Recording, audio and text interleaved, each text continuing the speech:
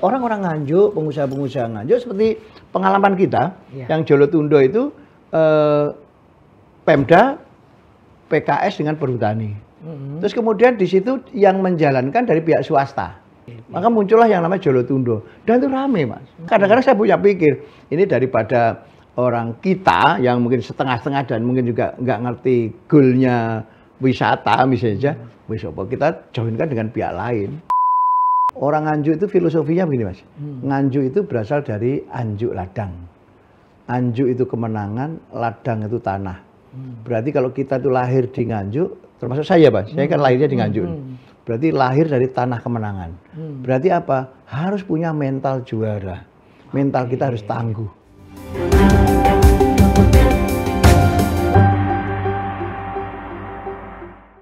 Assalamualaikum warahmatullahi wabarakatuh. Salam sehat dan salam sejahtera untuk kita semua. Kembali bertemu dengan saya Tri Mulyono, pemimpin redaksi Tribun Jatim Network. Tribuners dan pemirsa harian Surya dimanapun berada, tahun ini Kabupaten Nganjuk genap 1088 tahun. Sekarang saya kedatangan tamu istimewa ini.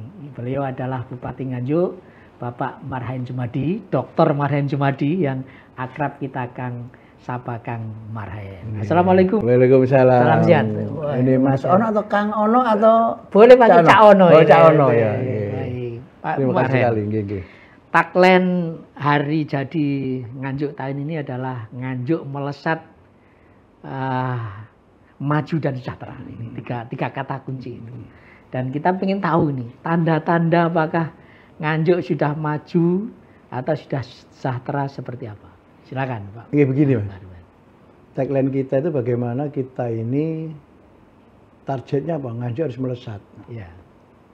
Periode saya pertama dulu itu Nganjuk bangkit.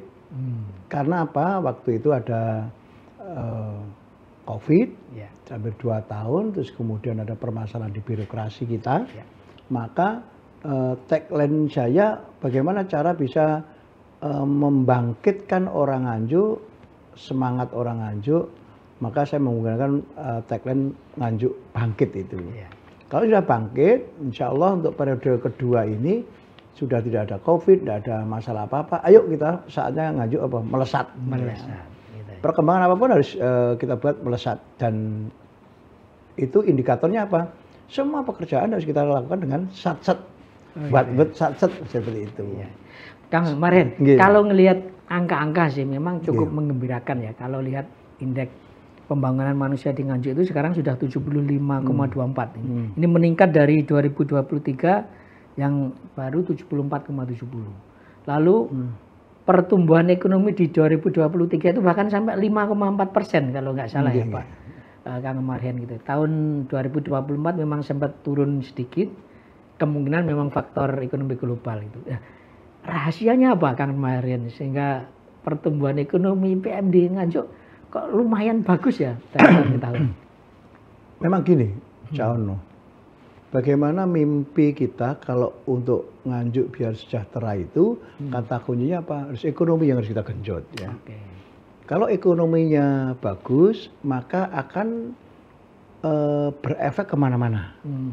Istilah saya multi level atau mungkin multi efek ya, ada multi efeknya kemana-mana sehingga betul-betul kalau pertumbuhan ekonomi nanti kesejahteraan akan naik, EPM akan naik, terus kemudian stunting juga akan naik. Indikator-indikator di IQ-nya pasti akan naik semuanya. Sehingga kita genjot di pertumbuhan ekonomi. Pertumbuhan ekonomi tatkala kita bisa mencapai apa? Harus memberikan kemudahan-kemudahan. Kemudahan-kemudahan dalam investasi, kemudian dalam untuk berusaha misalnya. Sekarang ini di periode saya pertama itu di akhir, saya bentuk yang namanya KEN, Kawasan Ekonomi Nganjuk, di Ayani sekitarnya itu. Harapan saya apa? Kalau ekonomi terutama UMKM itu maju, maka Nganjuk akan cepat berkembang juga. Tidak hanya sekedar Ayani utama, tapi juga karena ini namanya kawasan dari daerah-daerah penyangga harus bagus juga. Terus kemudian yang kedua yaitu kita bikinkan namanya apa? King, kawasan industri Nganjuk. Ya. Kawasan industri Nganjuk harapan kita apa? Pengangguran turun drastis. Ya.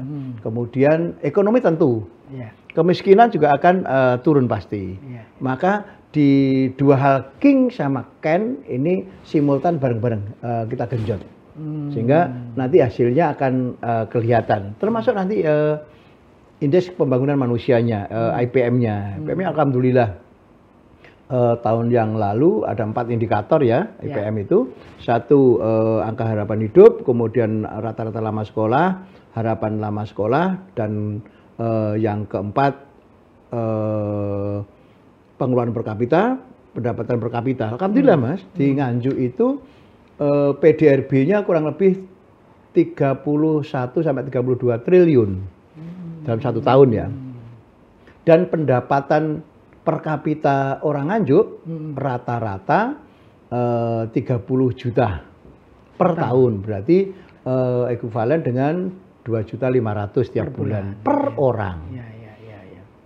UMK Nganjuk 2,2 juta. Nah, berarti kalau pendapatannya 2,5, UMK-nya 2,2, insya Allah indikator bahwa orang Nganjuk ya boleh dikatakan kesejahteraannya bagus lah kan begitu ya, di atas rata-rata. Dan yang paling kita senang apa?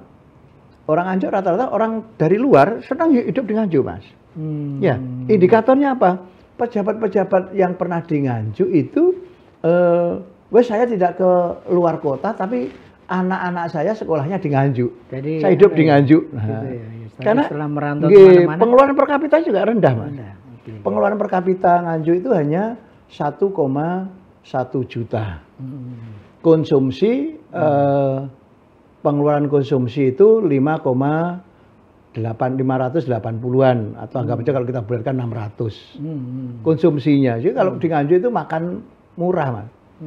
Yang non konsumsi kurang lebih ya 520-an. Sehingga di situ terlihat yang jenengan tanyakan tadi indikator kesejahteraan apa? Ya tadi satu tadi di PDRB-nya pendapatan per kapitanya, terus kemudian pengeluaran per kapita, maka di situ disimpulkan, oh Nganjuk hidupnya enak lah seperti itu. Kang Marin, di keberadaan tol Kertosono Ngawi ini kan diyakini sebagai salah satu ya penopang pertumbuhan ekonomi juga di kawasan Nganjuk dan sekitarnya gitu ya. Nah, apa yang dilakukan sejauh ini pemerintah Kabupaten Nganjuk agar keberadaan tol ini makin maksimal gitu, Mas? Memang gini, Mas. Tol itu punya fungsi mempercepat perjalanan ya. Dan itu kalau dari sisi ekonomi murni ya dirugikan Mas. Cuma jalan persani. Mulai Mojokerto terus sampai Ngawi termasuk nanti Solo misalnya. Rumah makan misalnya. Rata-rata apa turun pasti pendapatan mereka. Karena apa? Tidak mampir. Orang nggak akan mau mampir misalnya lewat tol, misalnya mampir ke misalnya Mojokerto atau ke Jombang. Yang dulu kalau lewat jalan nasional pasti mampir, termasuk di Nganjuk itu. Maka dari sisi konsumsi kita rugi. Tapi di sisi lain, di sisi investasi. Investasi itu yang nilai tambahnya sangat bagus. Maka sekarang itu orang-orang misalnya di Surabaya, Sidoarjo, di Ring 1, Mojokerto, Gresik misalnya, banyak yang menginvestasikan di Nganjuk. Karena apa? Tadi UMK-nya masih murah gitu, dibandingkan di Surabaya berapa sekarang? Sekarang sudah hampir 5 juta. Sudah 5 juta. Sekian, kalau misalnya 4,5 atau kemudian ada yang 5 juta kan saya yakin 4,5-an lah ya. Sehingga ya mendingan di Nganjuk. Saya selalu kalau misalnya ketemu sama pengusaha, Pak jenengan enak itu investasi di Nganjuk aja. Enggak. Saya basic saya orang marketing. Di Nganjuk kalau jenengan misalnya pabrik jenengan misalnya di sekitar Ring 1 misalnya Surabaya sebetulnya dijual kemudian dibelikan di Nganjuk bisa dapat 3 3 pabrik misalnya. Yang 3 pabrik lagi masih sisa untuk biaya tabungan, operasional. bukan untuk tabungan, untuk biaya operasional, biaya tiap bulan juga masih murah. Karena apa? Bisa menabung, bisa saving itu. Yang mungkin 4,5 di sana hanya 2,2 bisa separuh. Dan yang paling penting lagi apa? Insya Allah kalau di Nganjuk itu demo atau mungkin buruh dan seterusnya ya relatif aman. Bahkan karena karakter orang Nganjuk sendiri iya, apa tanda kutip menerima gitu ya. Beda seneng. Saya juga seneng yang dulu misalnya ibu-ibu yang dulunya di rumah sekarang bisanya beliau-beliau bisa beraktivitas kerja, seneng. Jadi kan bisa persani di Nganjuk Utara itu daerah industri itu kalau pagi, siang, sore macet Mas, rame. Iya. Itu salah satu. Itu kan kebanggaan kita ya. Artinya apa kita puas? Ya belum. Kalau bisa ya namanya bupati itu tiap pasti apa ya kesejahteraan betul-betul tadi Nganjuk itu. Maka kita dorong untuk King juga kembang, Ken-nya juga kembang. Dan jadi kegiatan yang lain juga soal tol itu sebenarnya hanya salah satu prasyarat untuk pertumbuhan ekonomi suatu wilayah Pak. Tapi yang terpenting itu tadi ya suasana, investasi yang nyaman, biaya upah UMK yang terjangkau juga, itu salah satu. Termasuk murah. Tapi tahun ini kira-kira dengan isu apa resesi global, lalu ada efisiensi segala macam, Pak Bupati Kang Marhen melihatnya seperti apa? Tantangannya ke depan di tahun 2025 dan 4 tahun ke depan. Tentunya Mas, kembali lagi dengan kondisi ekonomi nasional, kondisi ekonomi makro kita, globalnya seperti ini, tentu pasti berpengaruh. Dau DAK kita terpotong misalnya, kena refocusing kurang lebih 50%, tentunya pasti pengaruh. Di seluruh kota, kabupaten, provinsi pasti pengaruh. Nah, sehingga apa? Kita aja harus kreatif ya. Maka ya kita dorong, seperti saya itu bupati ya, pajak retribusi harus kita genjot. Harus kita asli daerah ya. Ya PAD-nya yang harus kita genjot. Kalau enggak ya repot. Nah, karena banyak terpotong-terpotong. Termasuk fisik misalnya. Fisik itu kan juga gitu kan banyak berkurang juga ya. DAK fisik misalnya aja. Maka termasuk kegiatan-kegiatan Mas. Maka kita juga ngajak misalnya pihak swasta, masyarakat. Karena apalagi ini kaitannya dengan hari jadi Kabupaten Nganjuk. Hari jadi Nganjuk ya. Bukan Kabupaten Nganjuk tapi Nganjuk. Maka ayo bareng-bareng. Nah, kemarin misalnya kita buka bersama masyarakat bareng-bareng. Oke. Terus kemudian kita bikin agenda gerakan kerja bakti se-Kabupaten Nganjuk. Nah, nanti tanggal 27 ada kita syukuran, sedekah bumi, kita syukuran 1088 tumpeng misalnya seperti itu.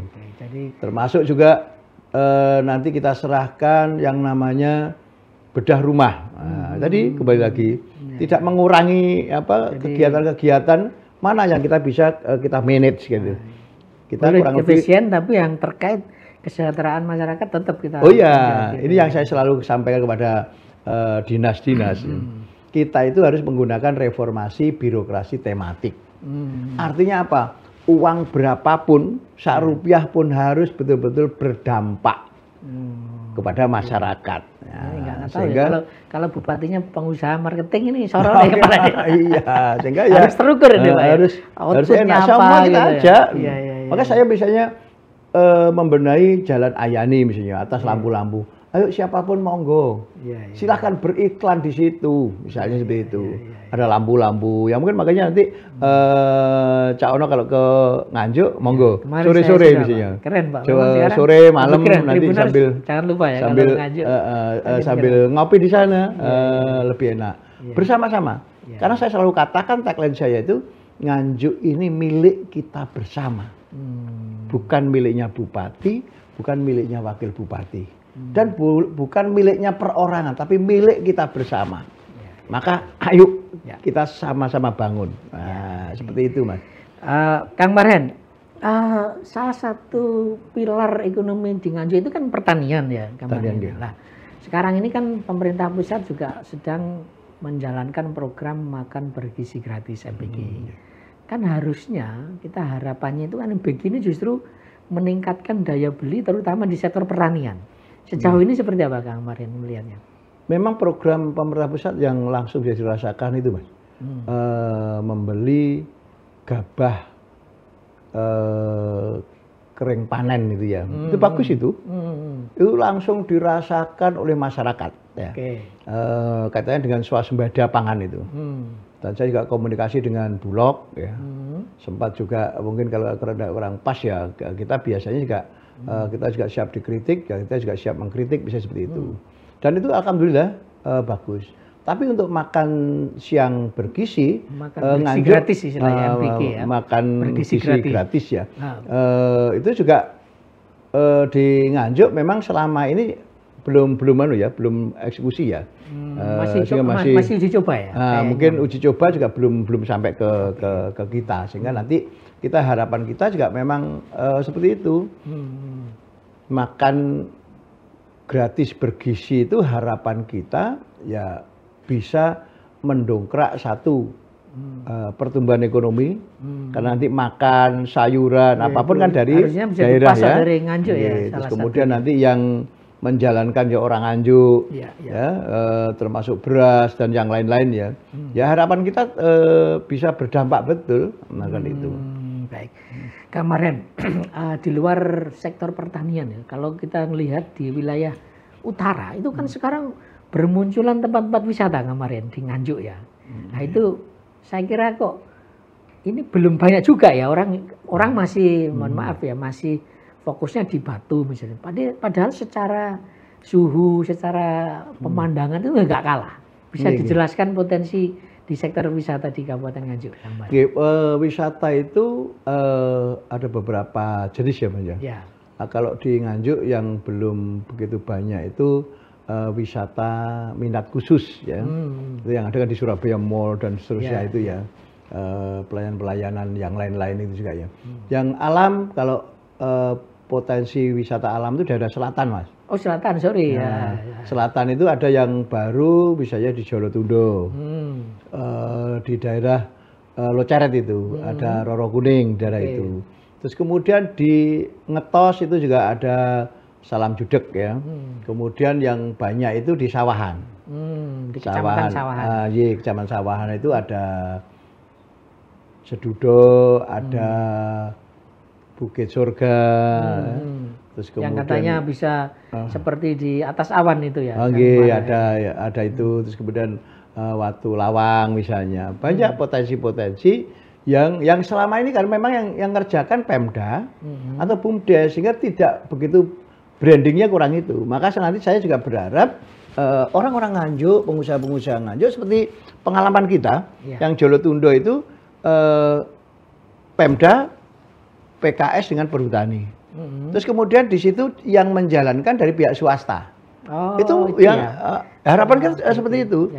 Maka muncullah yang namanya Jolotundo. Dan itu rame Mas, rame sekali. Dan alhamdulillah pajak dia juga pemasukan pajak ke Pemda juga banyak. Maka kadang-kadang saya punya pikir ini daripada orang kita yang mungkin setengah-setengah dan mungkin juga nggak ngerti goalnya wisata misalnya, kita joinkan dengan pihak lain. Pihak swasta. Jadi pemerintah swasta. kabupaten sebagai fasilitator. Toh ujungnya nanti pendapatannya juga betul. Gitu. Iya, itu ya kalau saya sebagai entrepreneur ya seperti itu. Tapi kalau yang daerah utara itu Semantok itu. Tapi Semantok pun juga wisata juga masih belum.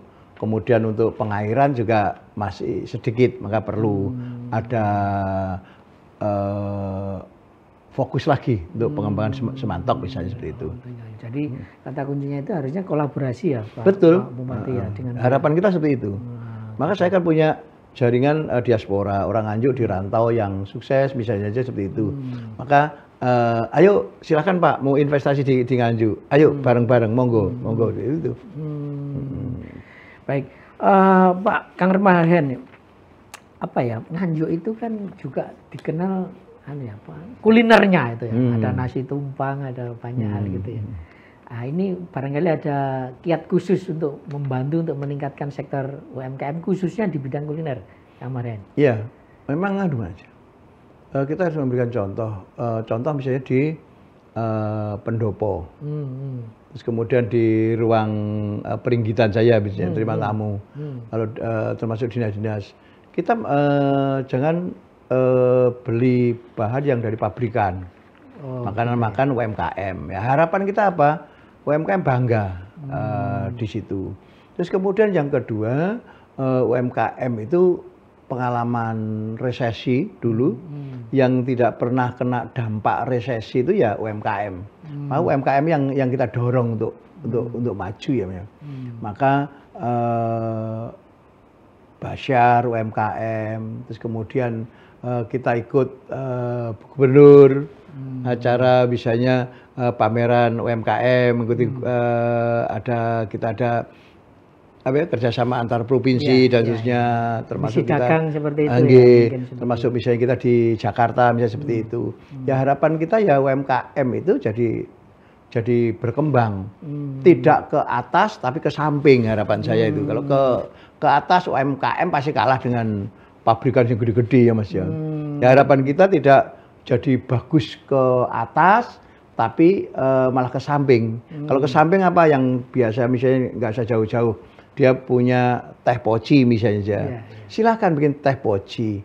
Tapi jangan teh poci terus di branding jadi tinggi, terus kemudian akhirnya ya pasti kalah dengan yang atas-atas.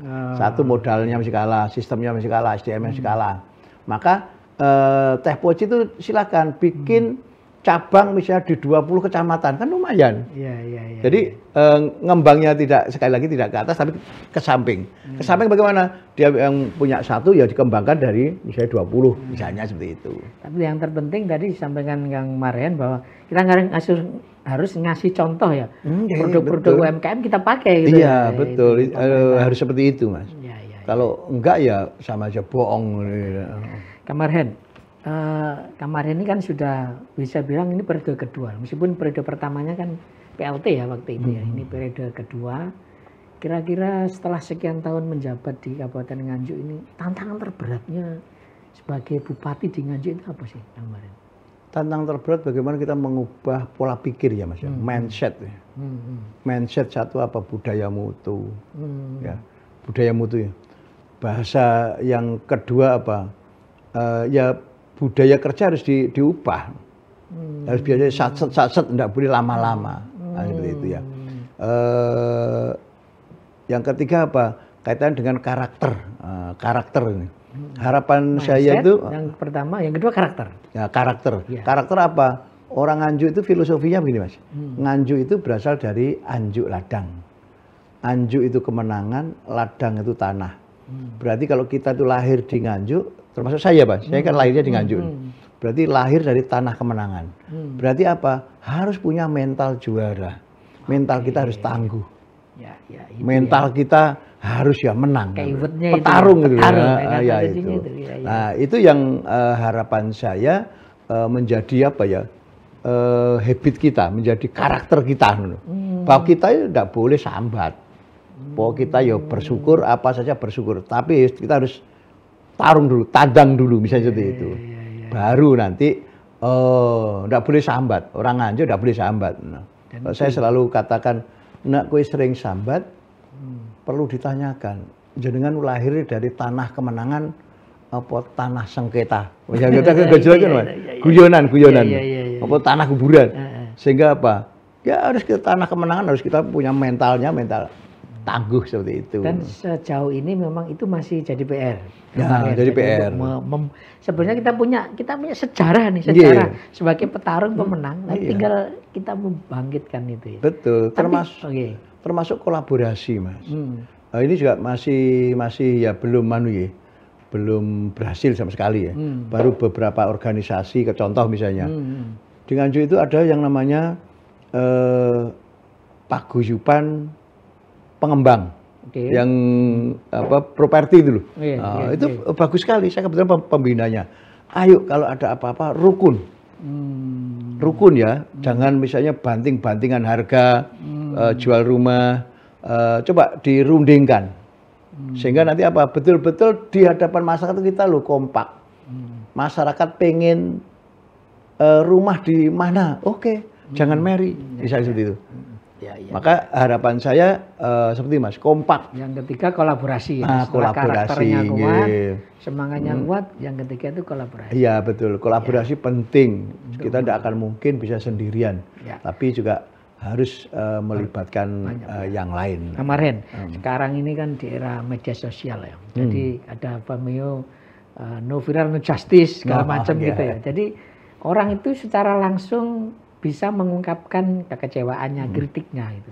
Nah, selama ini Kang Marhen sendiri melihat misalnya lebih banyak sektor apa yang menjadi kritikan dari netizen dan Anda merespon kritikan itu seperti apa, Kang Marhen? Gini Mas, memang betul sekarang itu masyarakat kan pinter ya, beda dengan dulu ya. Dan sekarang bisa langsung terakses ini. Maka dari itu pengalaman saya misalnya jalan rusak. Kemarin panen padi nggak diserap sama bulog misalnya, saya langsung turun. Kemarin juga itu ada. monitornya juga salah satunya memonitor dari cuitan para netizen itu. Betul. Termasuk juga saya punya sarana Mas. Madul Bupati. Madul Bupati itu ada aplikasi, Pak. Ya? Semacam aplikasi. Ada aplikasi, ada yang langsung saya punya nomor handphone saya itu Mas. Dua nomor itu siapapun bisa terakses. Sehingga laporan apa saja bisa langsung masuk. Dan saya biasanya juga langsung kan.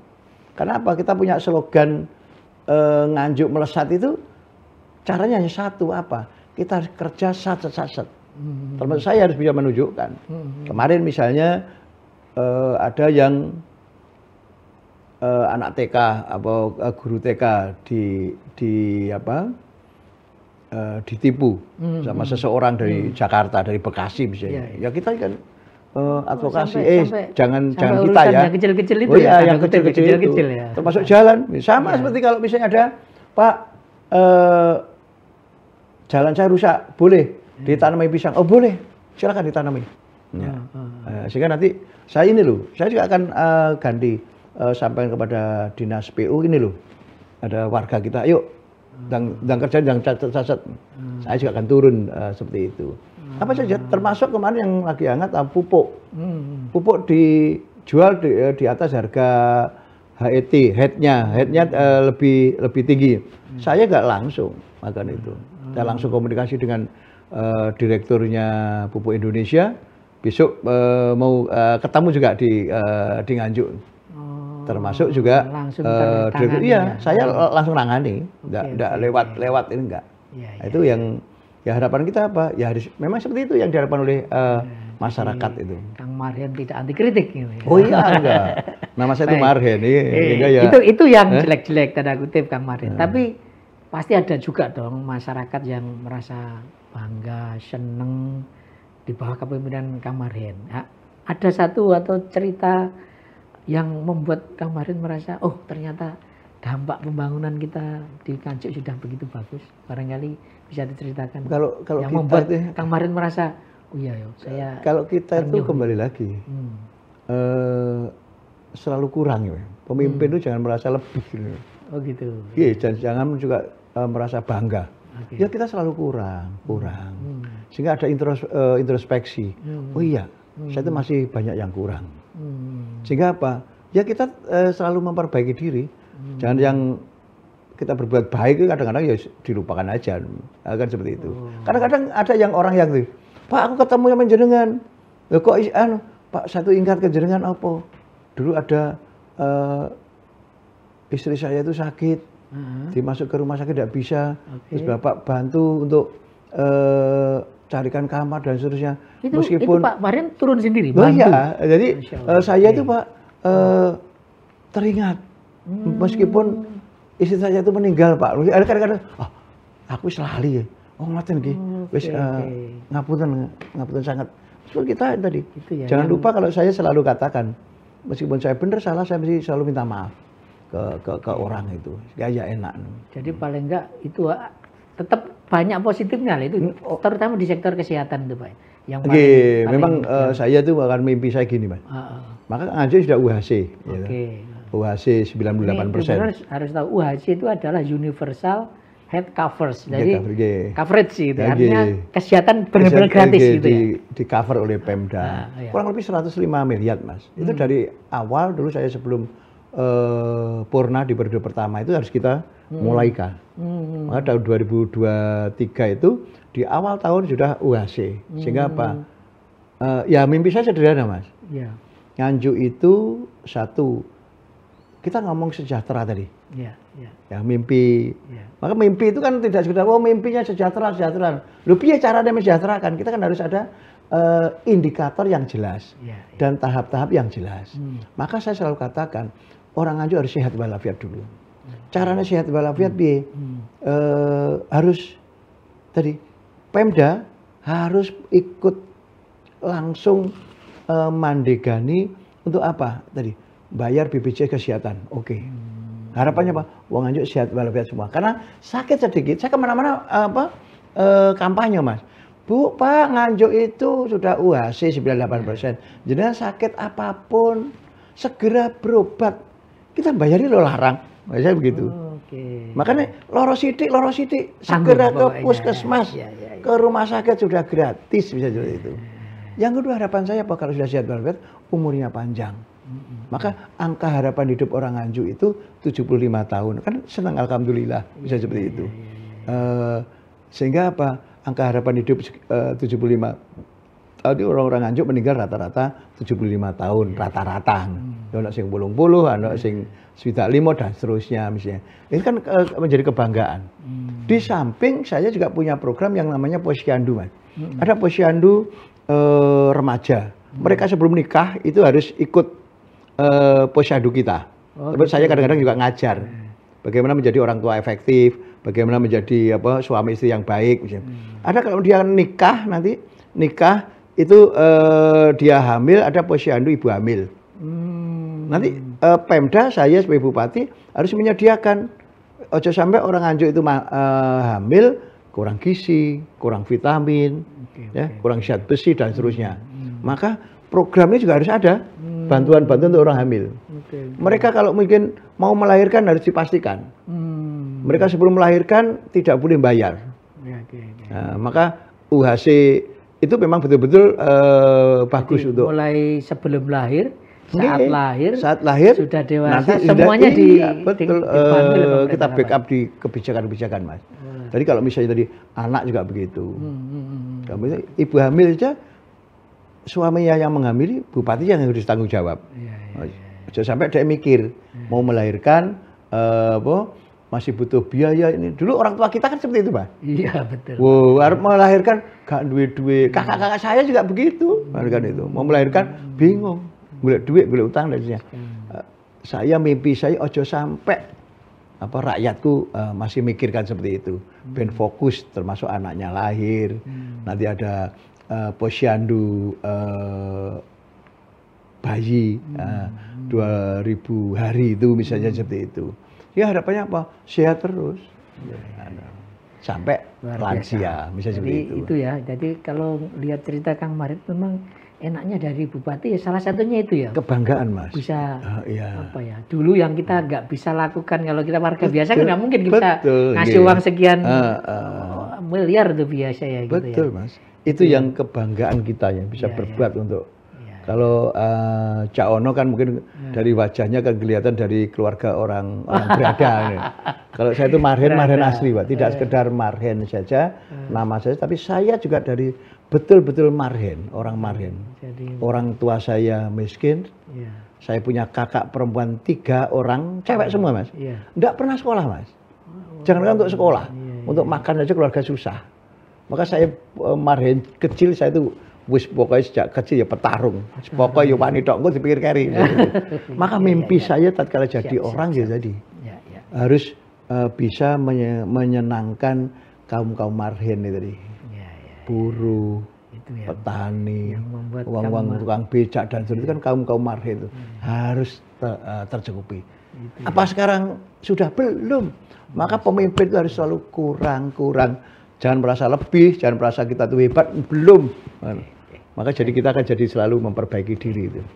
Kemarin ini tadi beberapa kali disebutkan bahwa nganjuk itu dari kata anjuk ladang tadi, tempat kemenangan. Nah ini mumpung masih suasana hari jadi Kota Nganjuk, Kabupaten Nganjuk ya, hari jadi Nganjuk. Ya, hari jadi Nganjuk. Perlu diceritakan Kang Marhen, sebenarnya Nganjuk itu sejarahnya seperti apa, di kejayaan di Mataram kuno itu, dan harapannya ke depan seperti apa? Nah, ini sebagai penutup obrolan kita. Memang gini, Mas.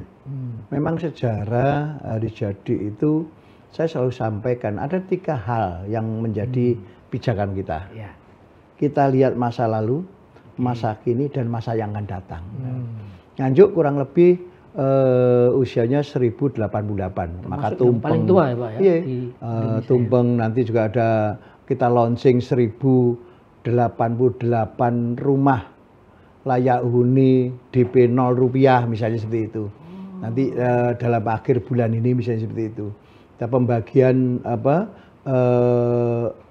bedah rumah, 300 bedah rumah itu juga kita akan sampaikan, termasuk nanti ada parade jaranan misalnya Mas. Sehingga kita selalu ingat, perjuangan, semoga leluhur kita, orang tua kita meninggal dalam keadaan husnul khotimah. Kan harapan kita kan seperti itu.